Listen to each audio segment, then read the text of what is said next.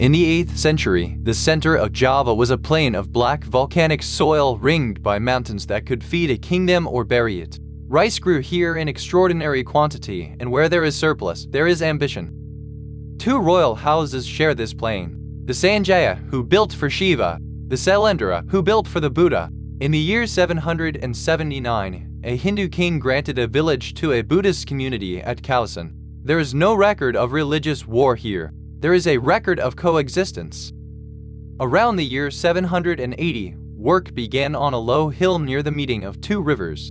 Excavation suggests something already stood there, a stepped mound in the older Javanese tradition, where ancestors were thought to dwell on high ground. The Buddhists did not erase that idea. They built on top of it. No inscription records who ordered it or why. What survives is the arithmetic. Roughly 55,000 cubic meters of andesite quarried nearby and carried up the hill, laid without mortar, held together by knobs and dovetails cut into every block. A base 123 meters on a side, rising 35 meters. 9 platforms, 6 square and 3 circular, stacked like a mountain. Seen from above, it resolves into one diagram. Square for the earth, circle for the heavens, a single stupa at the center. Later scholars named the levels for the Buddhist cosmos: the sphere of desire, the sphere of form, the sphere of formlessness. That reading was proposed only in the 20th century, and some specialists dispute it. What the monument does say, it says in pictures. 2,672 carved panels. 1,460 of them tell stories. The rest is ornament. Along the way, 9th century Java records itself, its markets, its musicians, its dancers, its houses. And its ships. The outrigger vessels carved into these walls are among the best evidence we have for how Southeast Asians crossed open ocean. In 2004, a full-sized replica built from these reliefs sailed from Java to Africa. The upper galleries follow one long story. A boy named Sadhana travels in search of wisdom and meets 53 teachers across 460 panels. A pilgrim walking every level in the correct direction, clockwise, covers more than 5 kilometers. 504 Buddha statues watch from the terraces. 72 of them sit inside stone stupas pierced with openings, visible but never fully seen. More than 300 of the statues are now damaged. 43 are simply gone. In 1885, a Dutch engineer found that the base of the monument was hollow. Beneath it lay 160 finished reliefs, sealed inside the stone. They were photographed, then covered again. Why they were hidden is still argued. The most practical answer is that the hill was slipping and the foot became a buttress. 2 Javanese inscriptions, dated 824 and 842, mention a sacred foundation and grant tax-free land to maintain it.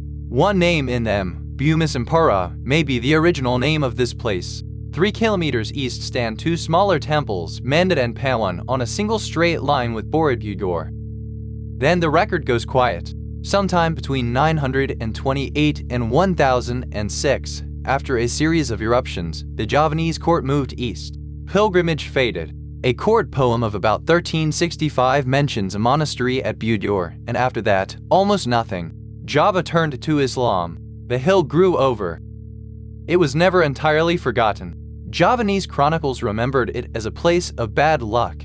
In 1814, during the brief British administration of Java, Thomas Stamford Raffles heard of a great ruin in the jungle and sent an engineer named Cornelius. 200 men spent 2 months cutting, burning, and digging. Raffles never visited the site himself.